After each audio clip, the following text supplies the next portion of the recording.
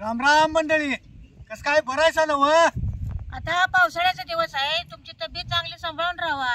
बघितलं काय सगळीकडं पावसानं हिरवगार का झालंय आणि आमच्या गावचा डोंगर बी किती गार झालाय. बघितलं काय ह्यो?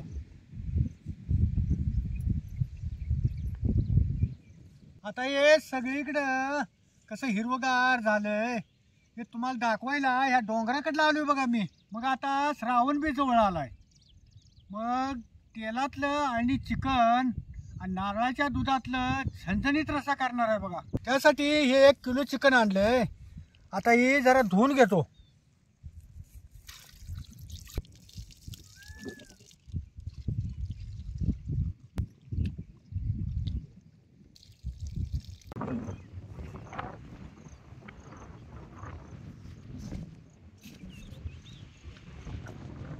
ह्या वाऱ्यानं जळ लागणार म्हणून या कोपऱ्यावर एक दगड ठेवतो. चुलीला बारीक जळण असल्याशिवाय या वाऱ्यात लवकर चूल पेटत नाही. असल्या पावसात ही डोंगरातलं जळण कसं वाळलेलं काट काट मोडतोय. बघितलं का हे? त्यातली झाडी काय होतंय, जरा थांब उघडलं की लगेच हडकाय बघत्या. हाडं बी डोंगरातली जरा कठीणच आहेत. तेल गरम झालंय, जरा तेल ओततो की. आता या तेलात एक अर्धा चमचा जिरं टाकायचं. ते बारीक 1-2 कांदे चिरून घेतले. आता ही बिया टाकायची. आता पावसाळ्याचे दिवस आहेत, मग मधनं एखादं बुरगाट येतच. आणि आता हे डोंगराकडला आहे, त्यानं जरा पहिला पाऊस डोंगरावर येतोय. तेलात कांदा लालसर वस्तूवर भाजून घ्यायचा आणि मग जे चिकन टाकायचं. त्याच्यात एक अर्धा चमचा हळद टाकायची. याच्यात आता चिकन टाकून घेतो, करून घेतो हे तेलात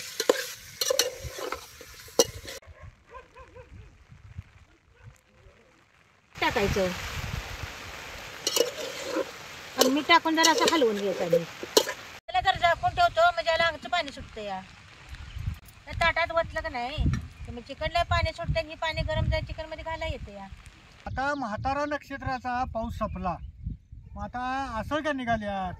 मग आषाढ्याचा पाऊस कसा असतोय, साळ पुढं पाऊस पडत जातोय आणि त्या पाठोपाठ लगे ऊन येते. जरा चूल घालताना जरा खाली दगड असलेलं बघूनच घातलाय. त्यानं आता चूल बी पेटायला जरा बरं पडलंय हो. आता या चिकनचा लालसरपणा जाऊन या चिकनला कसं अंगचं पाणी सुटले बघायला. आता या चिकनला वरनं पाणी घालणार नाही. अंगच्या पाण्यात जरा चिकन चांगलं शिजून घ्यायचं. आता या पावसानं डोंगराला हिंडाय झाले, म्हणून आता काळ्या मेंढर हिंडत नाही तो. पायाला चिकून लागला की ते जनावर बाद व्हायला बघतंय. म्हणून आता पावसाळा सपोज तो डोंगरालाच मेंढर हिंडतात बघा ती. आणि हे डोंगराकडे जायला कशा पाय वाटा आहेत बघितलं काय? पडलाय यार, जरा आरात काळीच भाजून घेते की. आता जरा शिजलंय का बघतो की.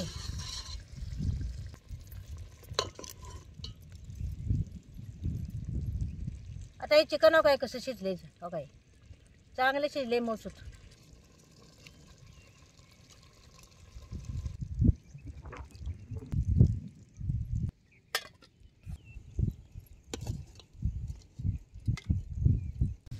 आता हे ताटात गरम झालेलं पाणी त्यात ओतायचं.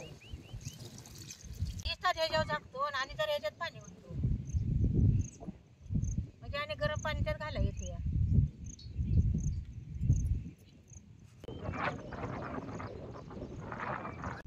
अगं तिथं माशाला आहे, तुझं ताट घेऊन इकडे ये. आलो. हे चिकन तेला जर शिजलं असलं तर हे पाणी कसं घटमुट सुटलं बघा याला. आणि चिकन शिजल्यावर याचं अंगचं पाणी कसं घटमुट आहे बघितलं का? हे आता चिकनचा सगळा रग या पाण्यातच उतरतोय.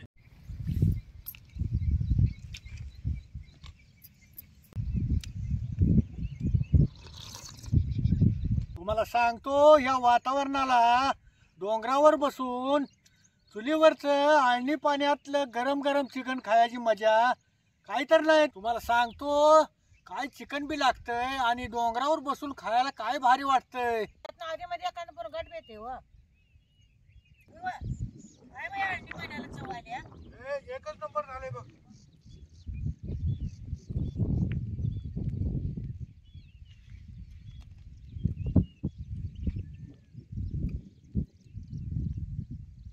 लवंगा मिर आणि बदाम जरा जराच खडा मसाला घे.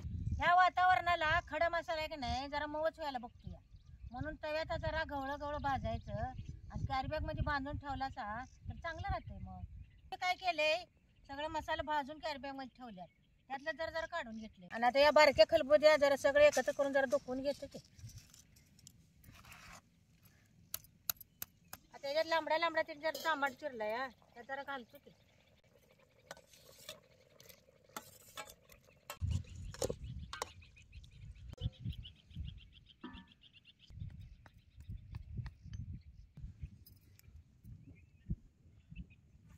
असंही जरा घबर घबर चेचायचं.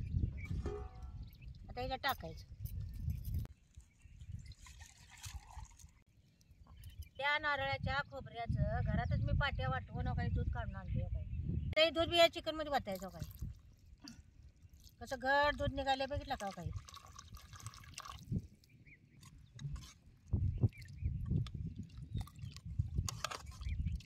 शी खळखळून चांगली उकळी आल्या बघा. आता जरा उतरून घेतो आणि फोडणीला जरा कढई ठेवतो.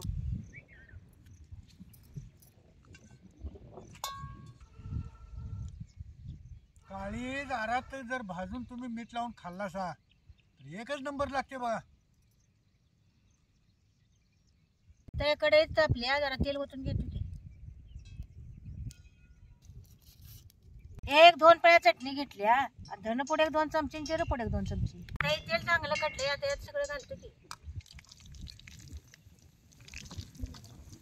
आता कुठलं बी तुम्ही कालवण करायचं असलं तर नाही अशी तेलात चटणी जरा भाजून घ्यायची, म्हणजे कालवण बी मिरचाट लागत नाही आणि कालवणाला कट बी कसा येते बघा. चटणी एक नाही तेलात अशी चढ चढ जरा भाजून घ्यायची. त्यावेळी नाही चटणी भाजायची नाही नाहीतर करपते बघा. चटणी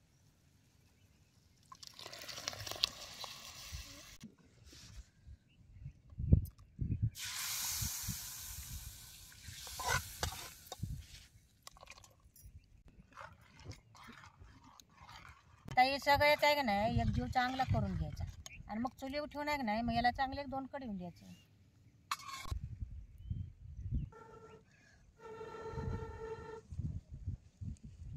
याच्यावर जरा कोथिंबीर टाकून घेतो की.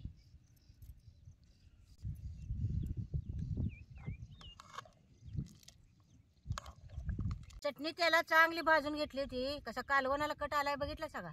त्या दुधाचा का नाही रसा जरा पांढराच होते हो, त्यात सौदा काय घातला नाही. जसं उकळील तसं नारळाच्या दुधाला का नाही रशाला चांगला घटपणा येते. आता हे पुढे दिसतंय की नाही खाली हे आमचं गाव आहे. आता वारणा नदीला पूर आल्यानं आता कसं पसरलंय बघितलं का, पार गावाबरोबर आले पाणी. आता हे आणि नदी बुडावातली राहणं खलास म्हटल्या तो. आता काय 10 दिवस झालं पाणी राहिलंय, काय ऊस राहणार, कुजणार आहेत ऊस पाक. आता आमचं बी मळीचं रान का नाही त्यात ऊस आहे, तो आता खलास मुठलाय हो. काय राहणार आहे ते. खरं नदीला पाणी महापूर आला हे एवढं महत्वाचं झालं. अहो डोंगराकडे हिरीसनी पाणी एक थेंब पाणी राहिलं नव्हतं आणि या पावसानं आता हिरी तुडून भरल्यात बघा. आता 1 वर्षीचा ऊस गेला म्हणून आम्हाला त्याचं काही लय वाटत नाही. खरं आता सगळ्या आमच्या शिवाराला डोंगराबरोबर पाणी झालं. वड्यासनी पाणी एक 4 डाव आलं की हिरीसनी म्हणा बोरला पाणी फुल चालतंय.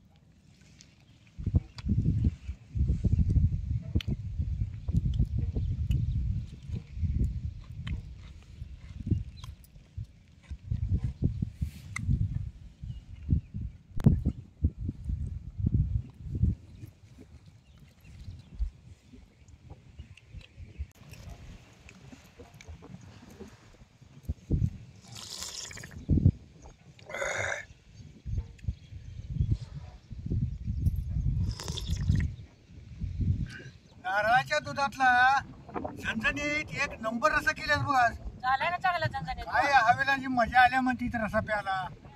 2 गुटक मार घे. चांगला झालाय ना रसा. एकच नंबर. अशा डोंगराकडला आणि ह्या असल्या पावसात एक नंबरचा रसा लागतोय बघा. तुम्ही असा रसा करून बघा.